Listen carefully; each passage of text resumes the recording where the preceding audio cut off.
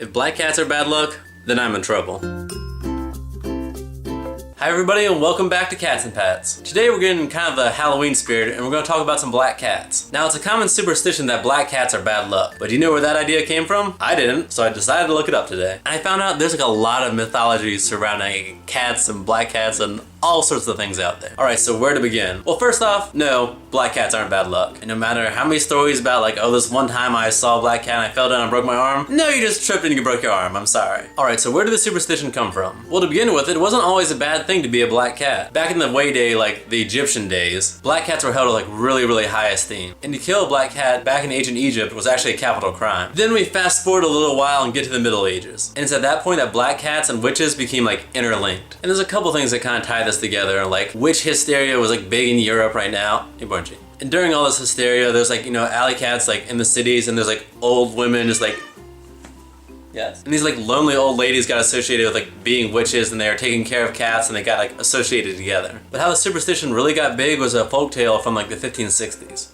And in this story, there's like a father and son and they're like walking together like down the city streets like during some moonless night, and like a black cat like scampers through into a crawl space. And because these guys are total jerks, they was like throwing rocks at the cat like that was in this crawl space, and the cat like took off out of the crawl space and like ran into some woman's home. And of course, this woman was suspected of being a witch. So then the next day, the father and son come along this very same woman and like she is like limping and she's all like bruised up and stuff, which of course must have been more than a coincidence. And kind of from that day on, it was assumed that witches could turn into black cats at night. And the tale only escalated, and during like the Salem witch trials, people are all freaking out about black cats, and it kind of perpetuated itself throughout history. There's my black kitty.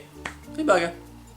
However, there's some more cool stuff I learned today. Apparently in a lot of cultures, black cats are actually good luck. There's a Scottish belief that like a strange black cat like appearing at your house is a sign of prosperity. Pirates in the day thought if a black cat like walked towards you, it was bad luck, but if they walked away from you, it was good luck. In Japan, the superstition is totally flipped. Like a black cat brings you good luck, and if like a single woman has a black cat, it's supposed to bring them like callers or suitors, I guess is the right term. I don't know. You know, like it's supposed to like bring dates coming to you. In Germany, direction matters. So if a cat like crosses the street from like right to left in front of you, it's a bad thing. But if they cross the street from left to right in front of you, it's a good thing. I guess it just depends which way you're facing. I also read that in the English Midlands, which I'm not actually sure what that means, that if a bride receives a black cat as a wedding present, it's supposed to be like good luck. Oh yeah, one more thing. So in Celtic mythology, they have something called the Cat Sith, which I don't think is related to Star Wars, but you never know. The Cat Sith is supposed to be this big spectral cat. It's like an all black cat with like a white chest. And I guess it's kind of a witch, but kind of a fairy thing. But from what I read, it's not a good thing. I guess like this cat comes along and it's supposed to like steal your soul or something. So people don't exactly like it, but that's the Scottish Highlands for you, I guess. And there's also something about like a holiday where if you like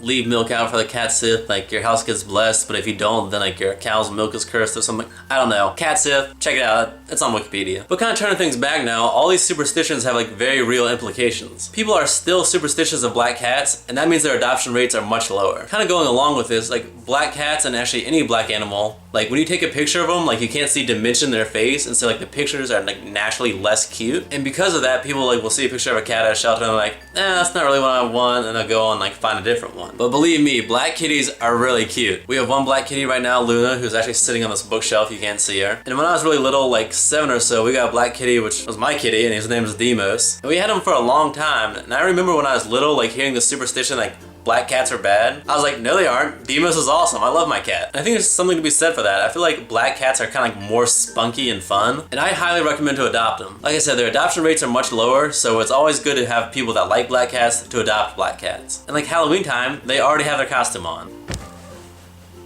Spunky. So do you have a black kitty? Let me know about it in the comments below. If you're new here, I make different cat videos every week, so make sure you hit that subscribe button. Thanks for watching, and me and the kitties will see you next time.